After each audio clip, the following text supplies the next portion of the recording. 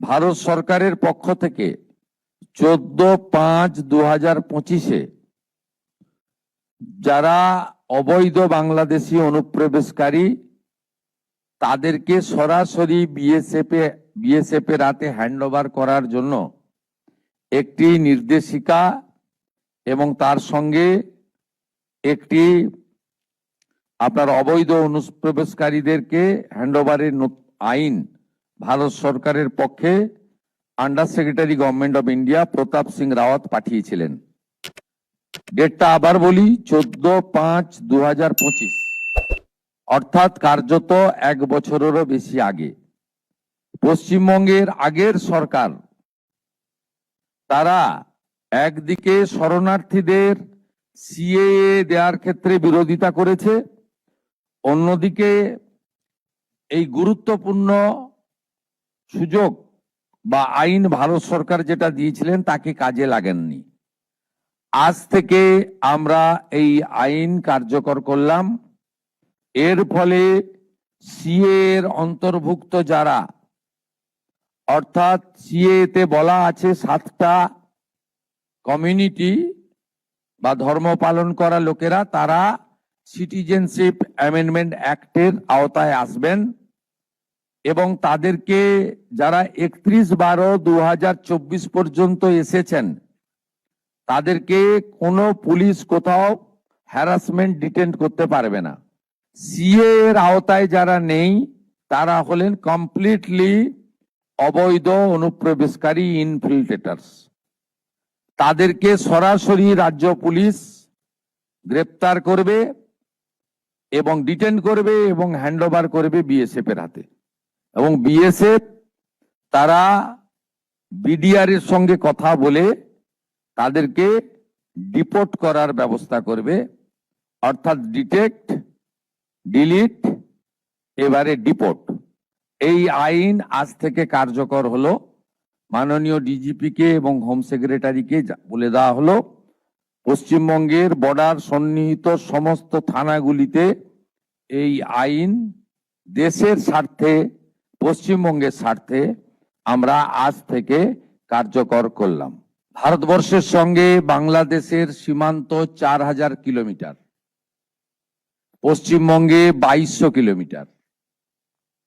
বাকি 4টে রাজ্যে ওখানকার রাজ্য সরকার বিএসএফ এর চাহিদা মতো পূর্ণাঙ্গ জমি হস্তান্তর করেছে। আমাদের এই রাজ্যে 2200 কিলোমিটারের মধ্যে 1600 কিলোমিটার ফেন্সিং রয়েছে। অ্যাপ্রক্স 600 কিলোমিটার ফেন্সিং এর জন্য আমাদের সীমান্তে যে কাঁটা তার সম্পূর্ণ করতে আমরা পারিনি। এর মধ্যে 555 কিলোমিটার এমন এলাকা রয়েছে যেখানে রাজ্য সরকার চাইলে বিএসএফ কে জমি দিতে পারত, কিন্তু বিগত রাজ্য সরকার রাজনৈতিক কারণে, ভোট ব্যাংকের জন্য এবং তাদের যে হাই অ্যাপিজমেন্ট তুষ্টিকরণ তোষণের এজেন্ডা ছিল, সেই কারণে তারা হয়তো দেয়নি। মাননীয় স্বরাষ্ট্রমন্ত্রী 2016 রাজনাথ সিংজি পার্সোনাল ডিও লিখেছিলেন, দিদেন চিফ মিনিস্টারকে। পরে আমাদের পূর্বাঞ্চলের যে কোঅর্ডিনেশন মিটিং এই নবান্নতে হয়েছিল, যেখানে কেন্দ্রের বর্তমান স্বরাষ্ট্র এবং সমবায় মন্ত্রী অমিত শাহজি নিজে উপস্থিত থেকে তদানীন্তন মাননীয় মুখ্যমন্ত্রীকে পার্সোনাল অনুরোধ করেছিলেন।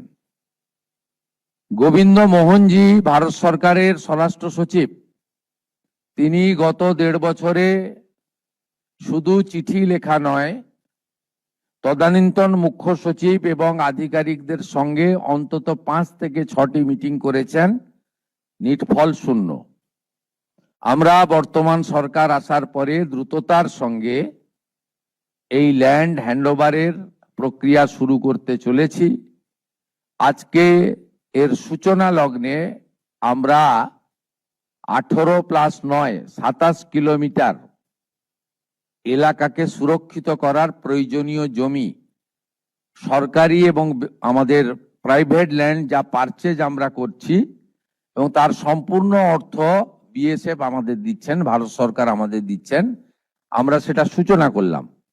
আমি বিশ্বাস করি পশ্চিমবাংলার দেশপ্রেমিক জনগণ এবং আমাদের অত্যন্ত দক্ষ আধিকারিকরা তারা আগামী কিছুদিনের মধ্যেই যতটা জমি আমাদের দেওয়ার দরকার বা আমরা দিতে পারবো, যেখানে যেখানে সীমান্ত সুরক্ষার প্রশ্নে কাঁটাতার দেওয়া সম্ভব আমরা অতি দ্রুততার সঙ্গে তুলে ধরব।